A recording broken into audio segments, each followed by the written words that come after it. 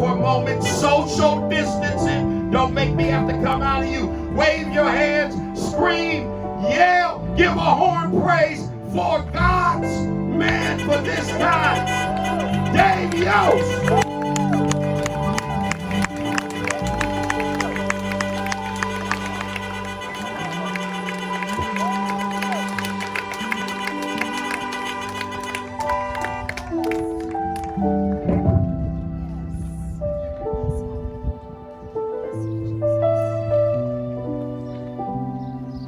I suppose I'm far enough away I can take that off to speak clearly. Thank you so much for inviting me.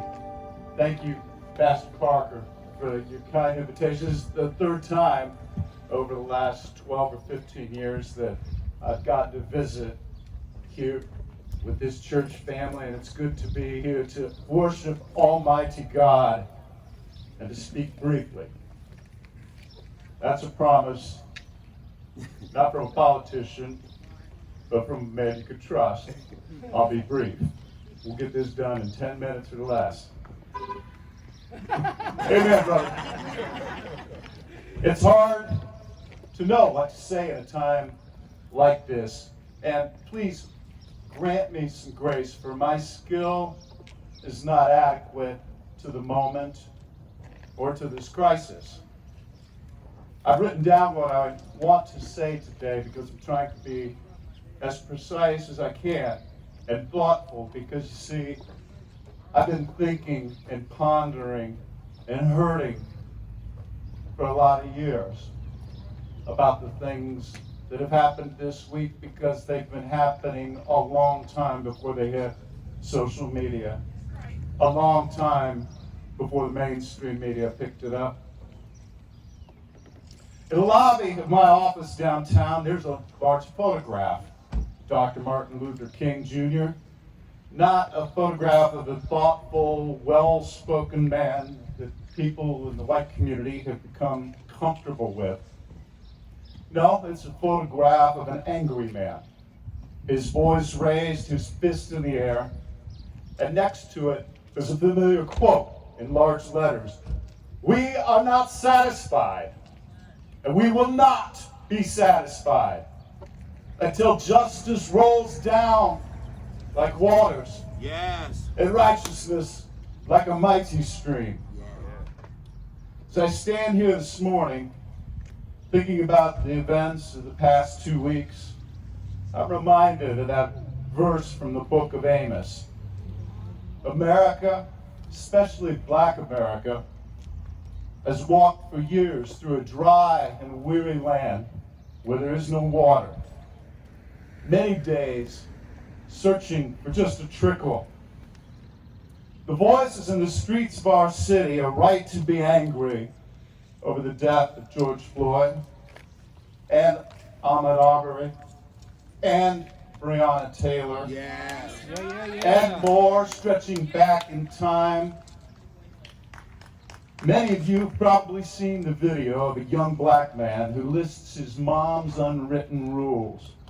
Don't touch anything you're not buying. Never leave a store without a receipt or a bag.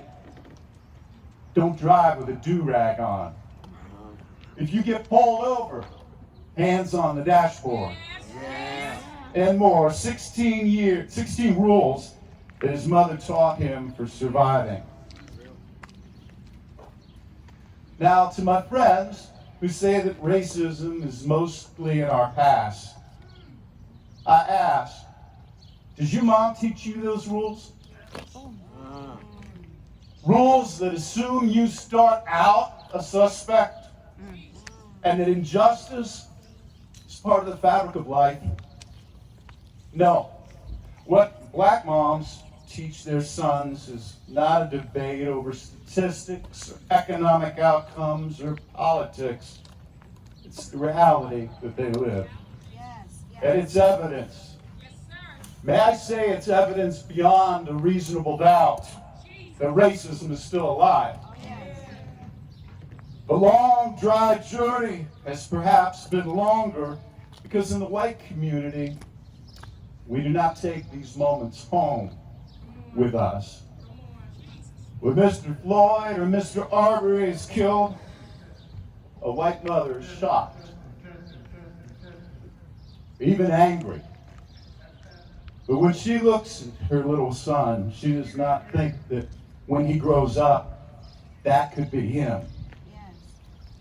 She doesn't cling to her husband when he comes home, afraid for him to go out again. Yes. But something is happening in this country. Among my friends, both white and black, there is a sense that we have reached a tipping point, a moment when, at long last, something is beginning to change. Yes.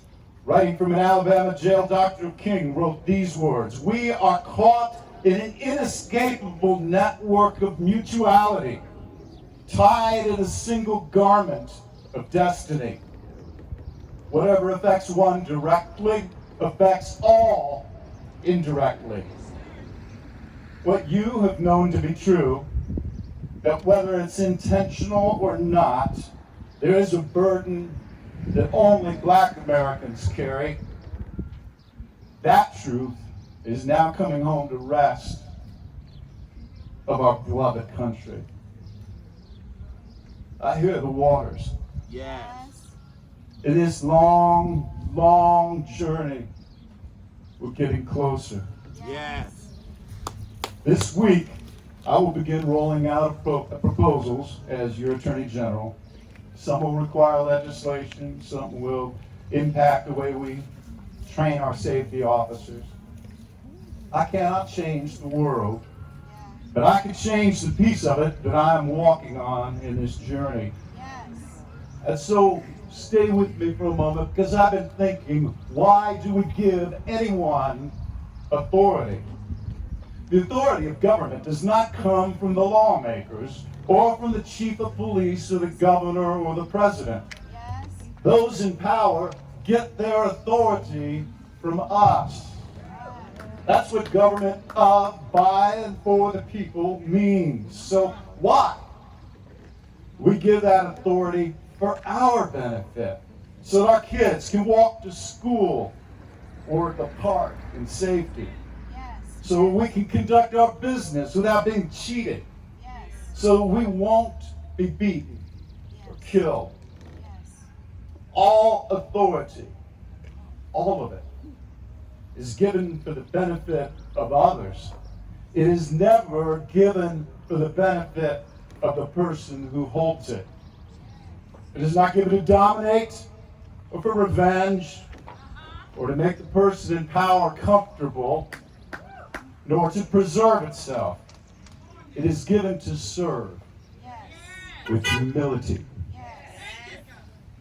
From the officer on the street to the high government official, from the corporate CEO to the bishop, Yes, sir. even to the mother and the father, Yes. authority, the grant of power, is to accomplish good for others. Now, this is a long journey Yes. that we're not there yet. But we are not stopping in the wilderness. And I can hear the waters.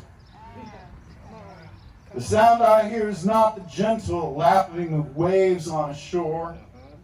It is the roar of waters rolling down from on high, rushing downhill, noisy, powerful, Yes. unstoppable. Waters of justice that sweep everything that is unjust. A mighty stream that drowns unrighteousness. Let me close this morning with a challenge. Change will not come because of new laws, though we need more just laws. It will not come because of a single leader or political party or some new system or plan or program. The change will come one life at a time, one heart at a time. Yes. Change will come because you tell your story, Yes. one person at a time. Yes. It is your story that has the power to change a heart. But you must tell it to people who don't already know it, who could not even imagine it, who at first may not even believe it. How can we change millions of hearts one at a time? It is not enough for courageous few to speak, for they can be ignored. It is not enough for the prophets to speak, for no prophet has honor in his own time or in his own town. You must speak to those who have not heard. It will be uncomfortable, but I know that you are not unacquainted with discomfort. It will be a risk, but every day is a risk. Yes. So here's my challenge, taken from God's command to Paul in the 18th chapter of the book of Acts. Do not be afraid, Yes. but go on speaking, and do not be silent. Yes. Thank you for letting me talk to you today. I see you. I see you.